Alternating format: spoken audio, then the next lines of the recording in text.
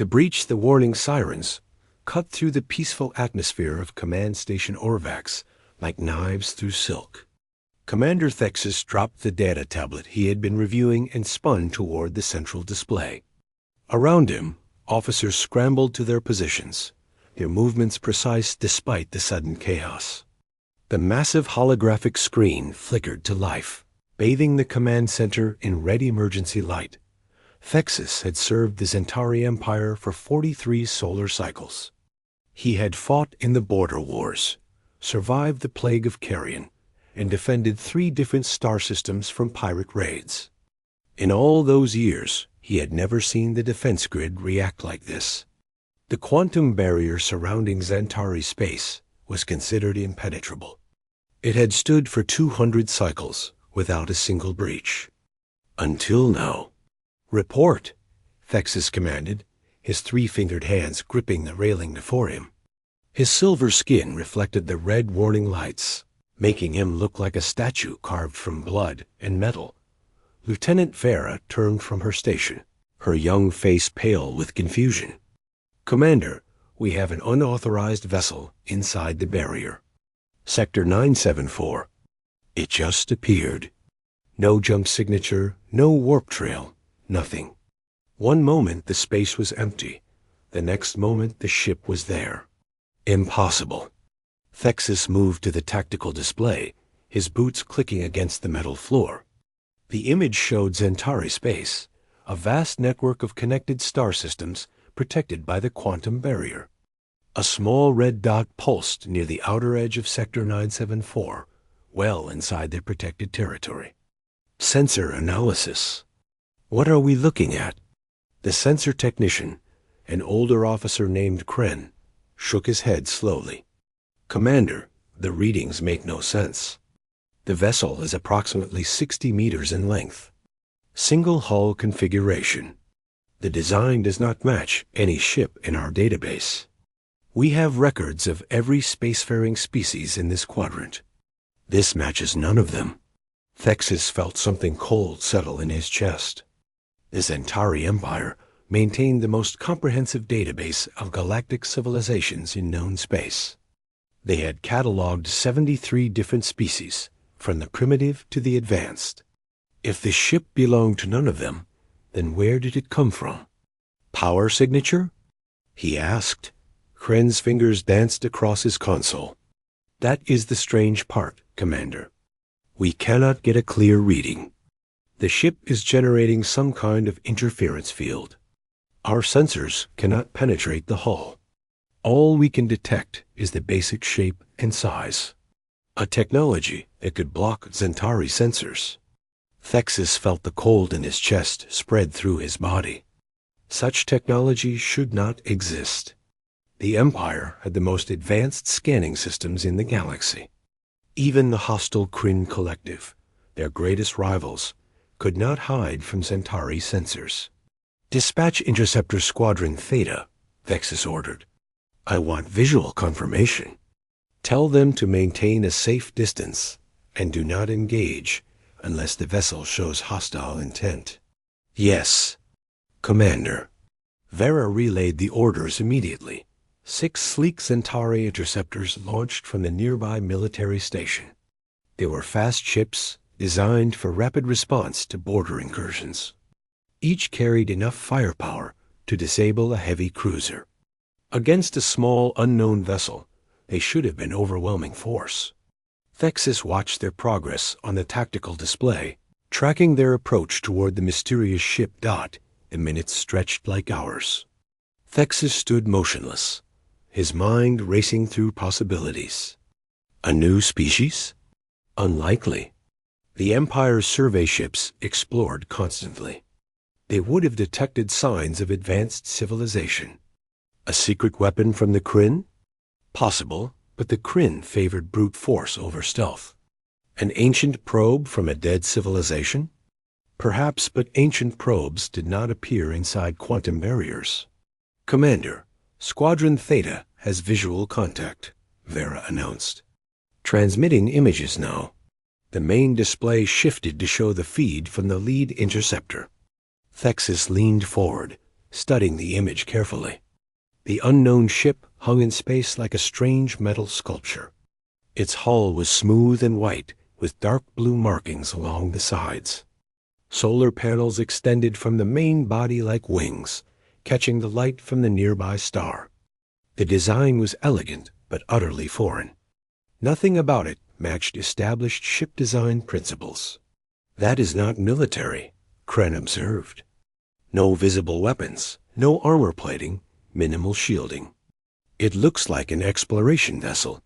"An exploration vessel that somehow breached our barrier," Thexis replied. "Attempt communication. All standard frequencies." The communications officer, a young female named Fisra, nodded and began broadcasting.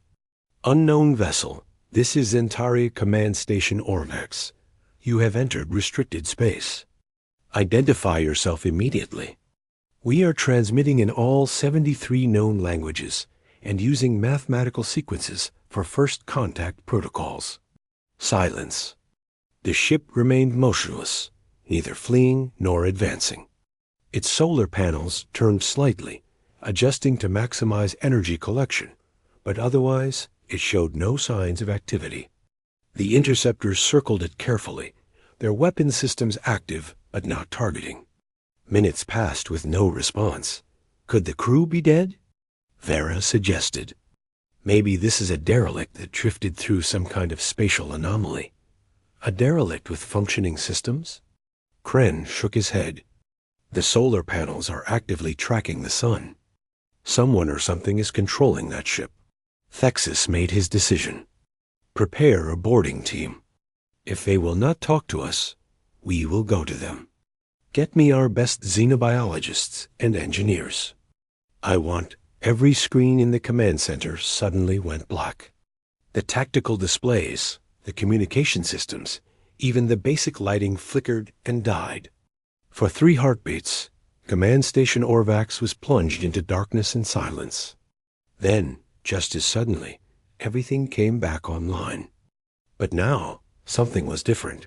The main display showed the unknown ship, but symbols had appeared on its hull. They glowed with soft white light, clearly visible against the dark metal. Thexis stared at them, recognition dawning slowly. Those symbols looked familiar. Ancient, but familiar.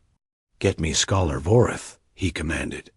Now, Scholar Voreth appeared on a secondary screen within moments.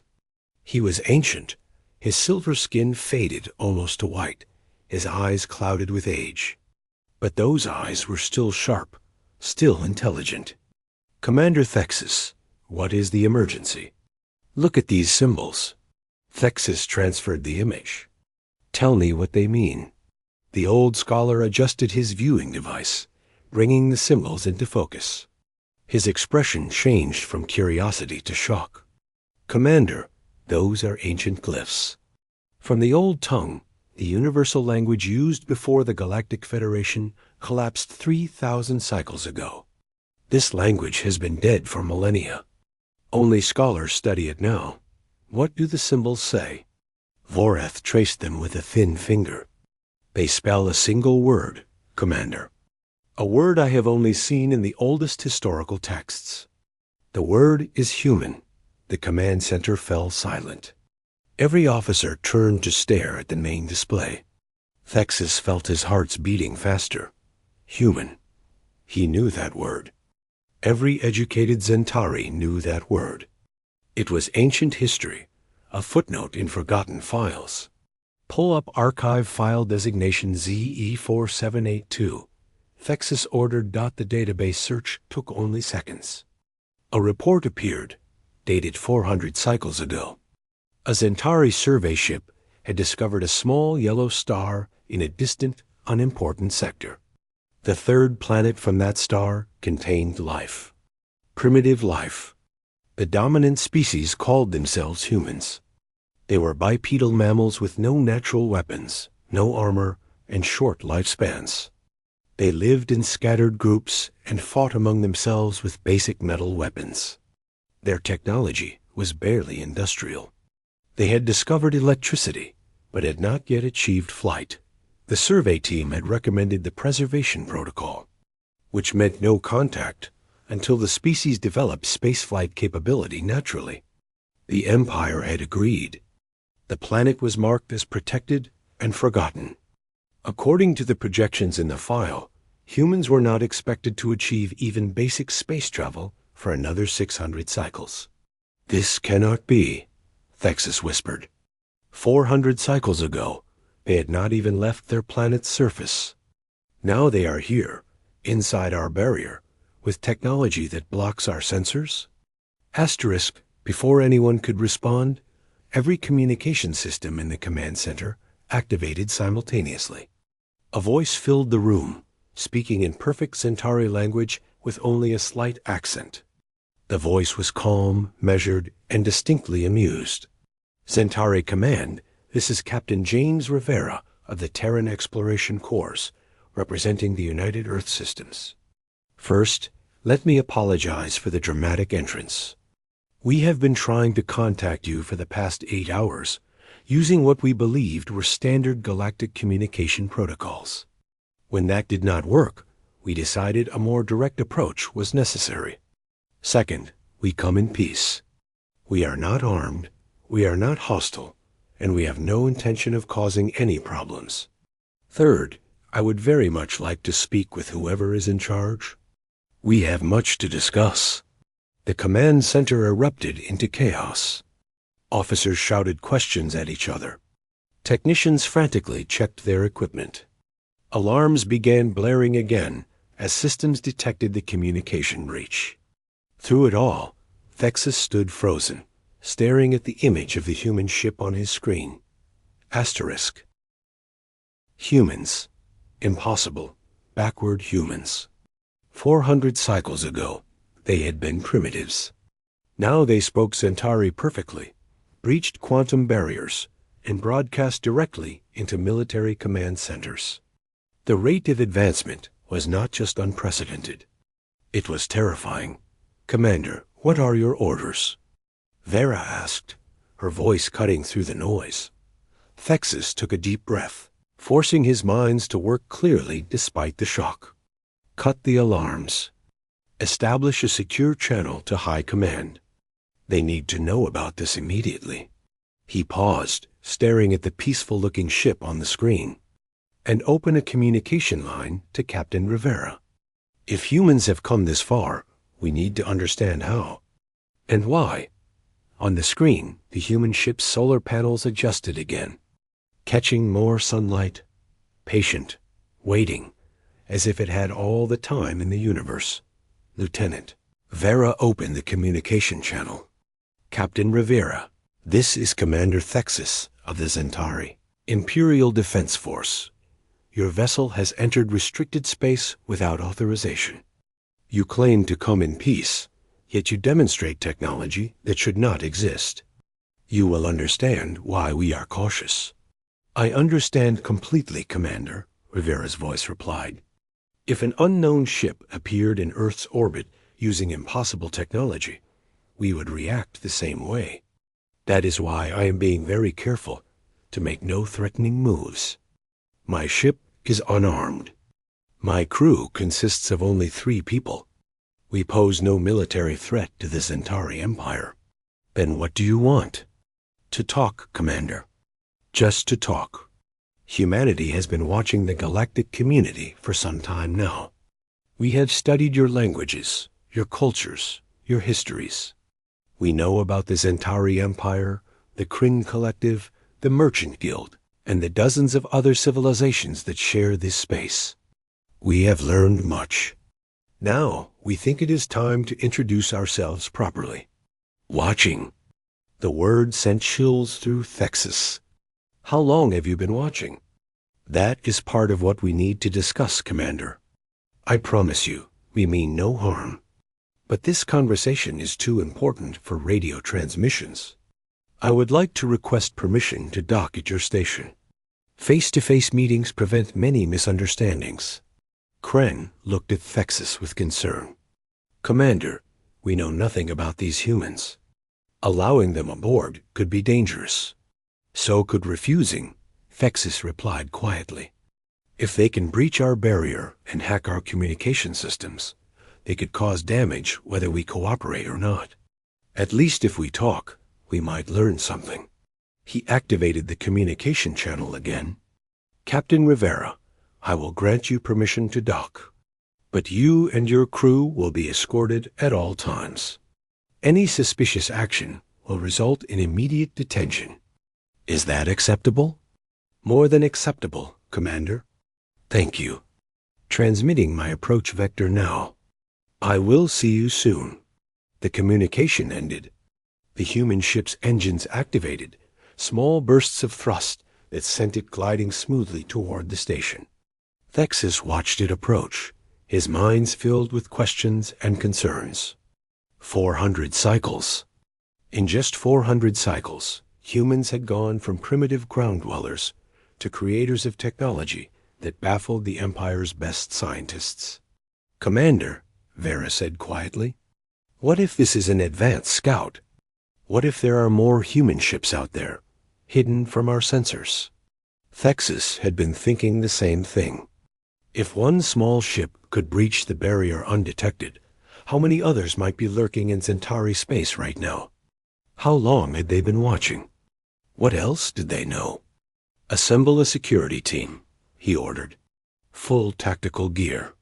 And get me every piece of information we have about Earth and humans, no matter how old or insignificant it seems. If we are about to meet these people, I want to know everything possible about them. As the human ship approached the docking bay, Thexis felt the weight of history pressing down on him. First contact was always a pivotal moment for any civilization. But this was not normal first contact. This was meeting a species that had been secretly observing them, learning from them, preparing for this moment. A species that had advanced impossibly fast and possessed impossibly advanced technology. The Centauri Empire considered itself the dominant power in this region of space. They had military might, economic strength, and technological superiority. But now, looking at the small human ship settling into the docking bay, Thexis wondered if all those advantages meant anything at all. The galaxy had just changed in ways he could not yet comprehend. And Commander Thexis, veteran of 43 solar cycles of service, suddenly felt very old and very uncertain about the future. Asterisk the revelation. The docking bay was silent, except for the hiss of pressurization systems. Commander Thexis stood with 12 armed security officers, all wearing heavy tactical armor. Their weapons were charged and ready, though pointed at the floor in a gesture that was meant to appear non-threatening. Around them, the bay's walls gleamed with polished metal, and overhead lights cast everything in stark white illumination. The human ship sat in the center of the bay, connected to the station by the docking tube. It looked small and fragile compared to the massive Centauri vessels that usually occupied this space. Thexis watched the airlock door, his 3 hearts beating in an irregular pattern. In all his years of service, he had never felt quite like this. Not fear exactly, but a profound sense that the universe was about to shift beneath his feet. The door began to open with a soft mechanical sound. Thexis straightened his posture, his silver skin catching the light. Whatever came through that door, he would face it with the dignity expected of a Centauri commander. 3 figures emerged from the airlock. They walked on 2 legs, just like the old survey reports had described. But everything else about them seemed wrong for creatures that should still be primitive. They wore sleek suits that looked both functional and advanced, colored in dark blue with white accents. The suits seemed to adjust to their movements, almost like a second skin. Each human carried no visible weapons, their hands empty and relaxed at their sides. The lead human was male. Thexis guessed, based on the body structure described in the ancient files. He had dark skin and short black hair that showed hints of gray at the temples. His face was smooth without scales of fur, and his eyes were a warm brown color that seemed to take in everything with calm intelligence. He smiled as he approached, a gesture that showed white teeth. Thexus had read that humans smiled to show friendliness, though to Centauri eyes, it looked slightly predatory. "Commander Thexus, I presume," the human said, stopping at a respectful distance. His Centauri was flawless, his pronunciation perfect. "I am Captain James Rivera. These are my colleagues, Dr. Sarah Kim and Engineer Marcus Webb. Thank you for allowing us aboard your station." Thexus studied the three humans carefully. Dr. Kim was female. He thought, with pale skin and black hair tied back in a practical style. Her eyes were sharp and observant, constantly scanning the environment. Engineer Webb was a large male with light brown skin and a muscular build that suggested considerable physical strength. All three moved with an easy confidence that spoke of extensive training. "Captain Rivera," Thexus replied formally, "you will understand that your arrival has created considerable concern. The Centauri Empire has protocols for first contact situations. You have violated all of them." "We have," Rivera agreed without hesitation. "And again, I apologize. But the situation is more complex than standard first contact. We did not just discover the Centauri Empire yesterday. We have known about you for quite some time. How long?" Rivera glanced at his companions, then back to Thexus.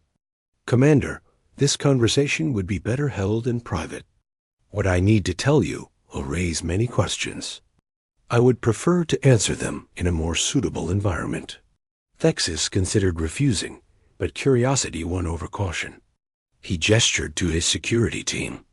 "You will come with me to conference room 7. My officers will escort us. Any attempt to access restricted areas or interface with our computer systems will result in immediate detention. Are we clear?" "Crystal clear, Commander." Asterisk. They walked through the station's corridors, the security team maintaining a tight formation around the three humans. Thexus noticed that his officers were tense, their weapons held a bit too tightly. They had every right to be nervous. These humans represented the unknown, and the unknown was always dangerous. But the humans themselves seemed completely relaxed, walking calmly and looking around with obvious interest.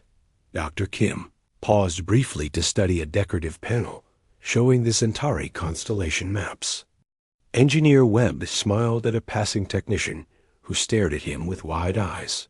Conference. Room 7 was a secure chamber designed for sensitive discussions. The walls were lined with sound-dampening material, and the room was shielded against electronic surveillance. A long table dominated the center, surrounded by chairs designed for Centauri physiology. Thexus gestured for the humans to sit. They did so, adjusting to the unfamiliar furniture with only minor difficulty. "Now then," Thexus said, remaining standing. "You claim to have been watching us. Explain." Rivera folded his hands on the table. "Commander, 400 cycles ago, a Centauri survey ship visited Earth. They studied our planet, cataloged our species, and left. They classified us as primitive and placed us under preservation protocol. That is all accurate.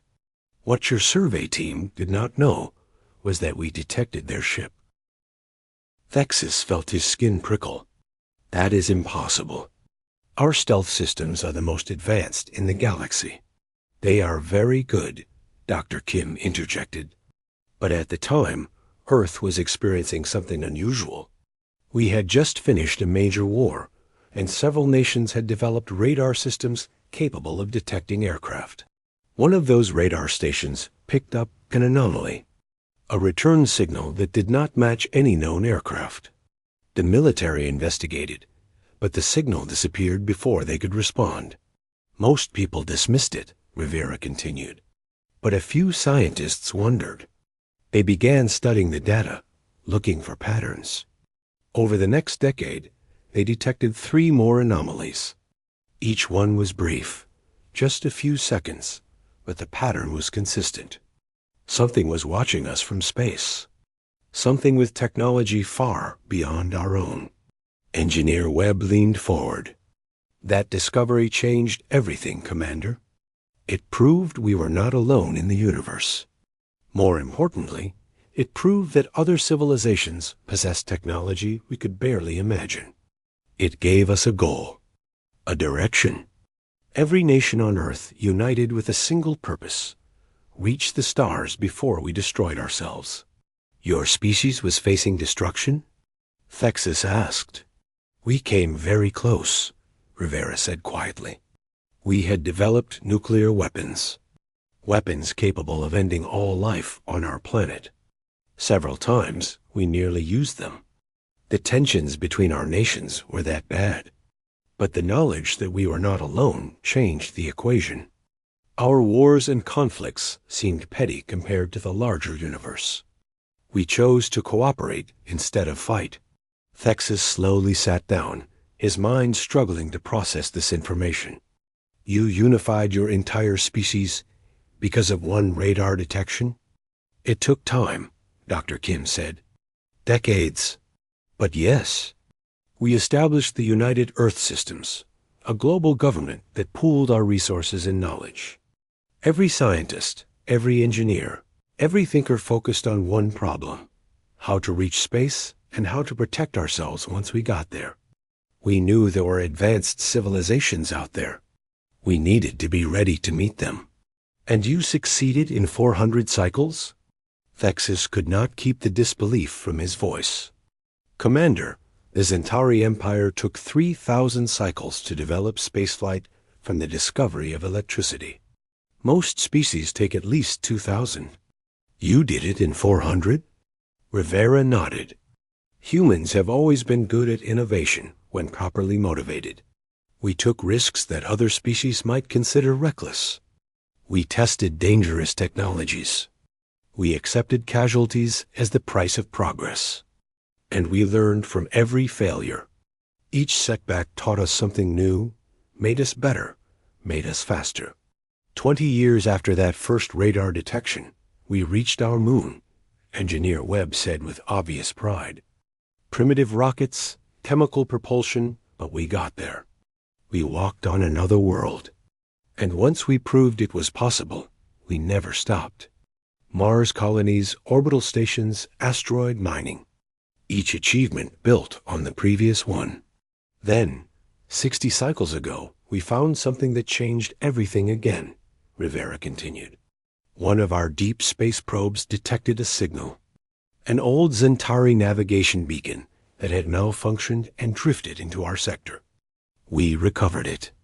We studied it. And we learned that we were right. There was a galactic community out there with dozens of species and established civilizations. Thexis felt cold spreading through his body. You reverse-engineered Zentari technology? Not at first, Dr. Kim said. The beacon was old and damaged. But it contained something incredibly valuable: language databases. Information about major galactic powers. Basic navigation protocols. It was like finding a guidebook to the galaxy. We studied it obsessively. We learned Zentari, Kryn, and 15 other languages. We learned about the Merchant Guild, the trade routes, the political structures. We became students of galactic civilization. And while we studied, Rivera added, we also developed our own technology. We knew we could not just copy what others had done. We needed our own advantages, our own innovations. So we focused on areas that seemed neglected by the major powers, such as? Thexis asked, though he was not sure he wanted to know the answer. Engineer Webb smiled. Stealth technology, miniaturization, quantum computing, neural interfaces. We figured if we were going to be the newcomers in a crowded galaxy, we needed advantages. We needed to see without being seen, to learn without being noticed. We spent decades perfecting the ability to hide. Your quantum barrier is impressive, Commander, Dr. Kim said. But it operates on fixed frequencies. We developed sensors that could detect those frequencies and predict barrier fluctuations. We waited for the right moment, and we slipped through during a temporary instability. Your barrier never even registered our passage. Thexus stared at her. You have been inside Zentari space before today? Multiple times, Rivera admitted. We have been observing for 30 cycles, Commander. We have watched your civilization, studied your culture, learned your strengths and weaknesses. We established listening posts in uninhabited systems near your borders. We monitored your communications, your news broadcasts, your scientific journals. We wanted to understand who you were before we introduced ourselves. That is espionage, Thexus said coldly. An act of war. It is caution, Rivera countered. Commander, we are one species on one planet. The Zentari Empire spans 10,000 star systems. The Kryn Collective controls 6,000 more. Dozens of other civilizations fill the spaces between. From our perspective, the galaxy is a very dangerous place. We needed to know what we were dealing with before we revealed ourselves. Would you have done differently in our position? Thexus wanted to argue, but honesty forced him to remain silent. If the Centauri had discovered they were surrounded by unknown civilizations, they would have done exactly what the humans did. Observe first, engage later. It was simple survival strategy. So why reveal yourselves now? He asked, why today? Because we are ready, Rivera said simply. We have observed enough. We have learned enough. We have colonies established in 8 different systems, all outside claimed territories. We have a fleet of exploration and defense ships. We have the technology to protect ourselves. Most importantly, we have decided that isolation is not the answer. We want to join the galactic community, but we want to do it on our own terms, as equals rather than as primitives to be protected or conquered. The Zentari Empire does not conquer primitive species, Thexus said stiffly. No. You protect them, Dr. Kim agreed, which is admirable. But we are not primitive anymore, Commander. We are capable of defending ourselves and contributing to the larger community. That is what we want you to understand. That is why Captain Rivera risked this dramatic entrance. To prove that humanity has arrived and that we deserve to be taken seriously. Before Thexus could respond, an alarm began blaring throughout the station. His personal communicator activated, Lieutenant Vera's voice coming through with barely controlled panic. Commander, we have an emergency. Colony 79 is under attack. Kryn Collective warships. They are demanding the colony surrender immediately. Thexus was on his feet instantly.